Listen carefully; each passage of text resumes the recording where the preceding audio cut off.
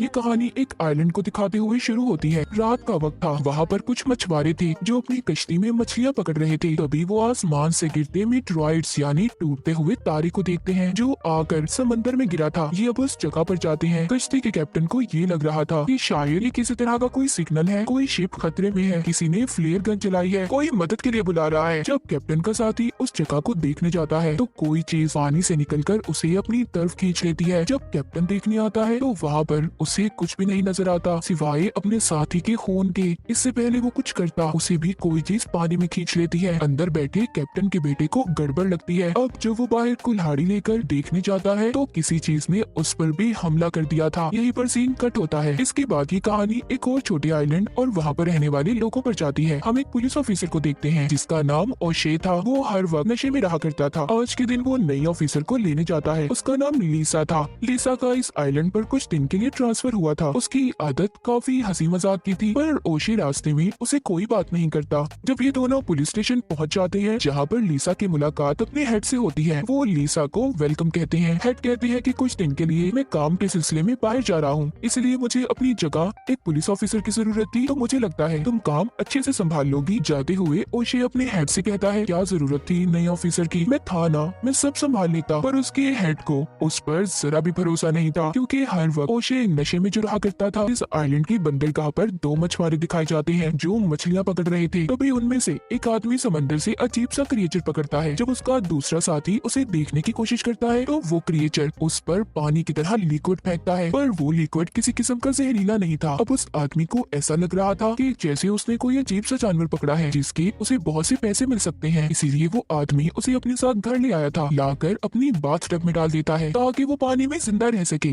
वहीं पर दूसरी तरफ समंदर के किनारे कुछ लोगों को मरी हुई व्हेल मिलती है जो काफी अजीब बात थी। ओशे और लीसा छानबीन करने वहाँ पर जाते हैं। वहाँ पर पहले ही एक डॉक्टर मौजूद था जो मरी हुई व्हेल को चेक कर रहा था। वो इन्हें बताता है कि ये बहुत पहले से मरी हुई है, इसके जिस्म पर जो निशान है वो पत्थरों के टकराने से आए हैं। ओशे को ये बातें काफी अजीब लग रही थी क्योंकि बहुत वक्त से वो इस आइलैंड पर रह रहा था और इससे पहले ऐसा कुछ भी नहीं हुआ था। इसके बाद ओशे एक आदमी के पास जाता है जो एक बिल्डिंग बनाने का काम कर रहा था। उसके पास बहुत बड़ी क्रेन मशीन थी। वो उस आदमी से कहता है कि तुम जाओ और जाकर समंदर के किनारे से मरी हुई व्हेल को उठा लो। ये आदमी अब ऐसा ही करता है, अपने साथियों को लेकर समंदर के किनारे जाकर उस मरी हुई व्हेल को उठा लेता है। सब लोग चले गए थे, इनका काम यहाँ पर खत्म भी हो गया था। इनका कुछ सामान वहीं पर रह गया था। वो अपने साथी को जरूरी सामान लेने समंदर के किनारे भेजता है और खुद गाड़ी में बैठा उसका इंतजार करता है। जैसे ही उसका साथी वहाँ पर जाता है तो वहाँ पर वो अजीब से अंडे देखता है। इससे पहले वो सामान लेकर वापस जाता, कोई चीज समंदर से उसे भी अपनी तरफ खींच लेती है। अब वो आदमी जो गाड़ी में बैठा इंतजार कर रहा था अपने साथी को देखने जाता है, पर वहाँ पर कोई भी नहीं था। इसके बाद हम उस होटल को देखते हैं जहाँ पर लीसा रुकी हुई थी। यहाँ पर एक बार भी बना हुआ था जिसको हस्बैंड वाइफ चलाया करते थे और ओशे अक्सर यहाँ पर शराब पीने आता था। वहाँ पर वही आदमी आता है जिसको अजीब क्रिएचर मिला था। वो ओशे को बताता है कि मुझे क्रिएचर मिला है जिसकी कीमत बहुत ज्यादा है, उसे बेचकर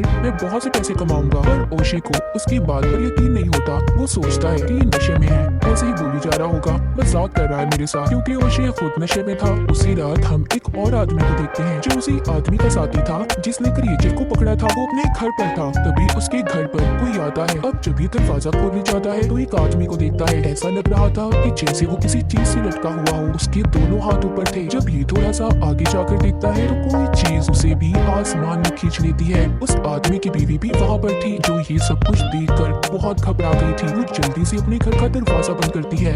उसने उस क्रिएचर को देख लिया था जिसने इसके हस्बैंड को अपनी तरफ खींचा था। जी हाँ, वो एक खतरनाक क्रिएचर था जो अब इंसानों को खा रहा था। पर ये कैसे और कहाँ से आया था ये हमें कहानी में आगे जाकर पता चलेगा। अब वो औरत अपने घर में बहुत डरी हुई थी। उसको उसके हस्बैंड की चीखें सुनाई दे रही थी। उसकी नजर अपने घर की चिमनी पर जाती है। ये देखकर सोचती है वो क्रिएचर वहाँ से भी आ सकता है। इससे पहले ये उसे बंद करती, क्रिएचर उसे भी चिमनी के रास्ते से आकर खींच लेता है।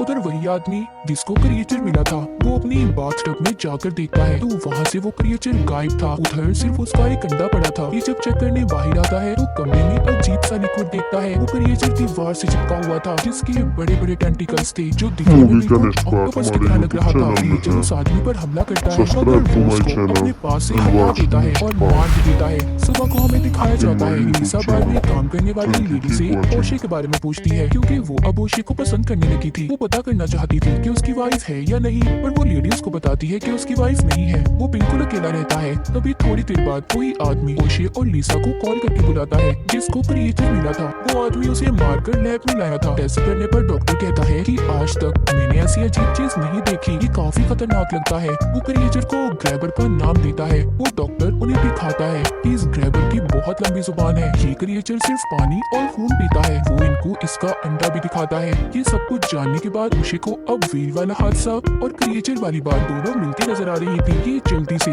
लिसा को लेकर समंदर के किनारे जाता है, जहाँ पर उसी आदमी की गाड़ी खड़ी थी, जिसको ओशे ने मरी हुई व्हील को उठाने भेजा था। ओशे सोचता है वो ऐसे अपनी गाड़ी को नहीं छोड़ता। पास ही एक घर था, ये दोनों छानबीन करने वहाँ पर जाते हैं। ये वही घर था जहाँ कल रात क्रिएचर ने हमला करके हस्बैंड वाइफ को मार दिया था। ये दोनों जब यहाँ पर छानबीन करते हैं तो वहाँ पर इन्हें फटे हुए कपड़े मिलते हैं। यहाँ पर भी इन्हें वैसे ही बदबू आ रही थी जैसी उस क्रिएचर में से आ रही थी। इन दोनों को शक हो गया था। ये उस घर की छत पर जाते हैं, जहाँ पर लिसा को उस आदमी का कटा हुआ सर मिलता है, जिसको क्रिएचर कल रात उठा कर ले गया था। ये दोनों उसके कटे हुए सर को उठाकर लैब में ले आए थे ताकि उसके बारे में कुछ पता चल सके, पर डॉक्टर कहता है मैं ऐसे कुछ नहीं बता सकता कि इसको किसने मारा है, पर हाँ मुझे ये काम किसी खतरनाक जानवर का लग रहा है। तभी उधर वही आदमी आ जाता है जिसने क्रिएचर को पकड़ा था। वो इन दोनों को अपने साथ घर ले जाता है, जहाँ पर ये देखते हैं उस आदमी की बाथटब बाहर गिरी हुई थी और दीवार में बहुत बड़ा सुराख भी था। मतलब जो अंडा उस क्रिएचर ने वहाँ पर छोड़ा था वो भी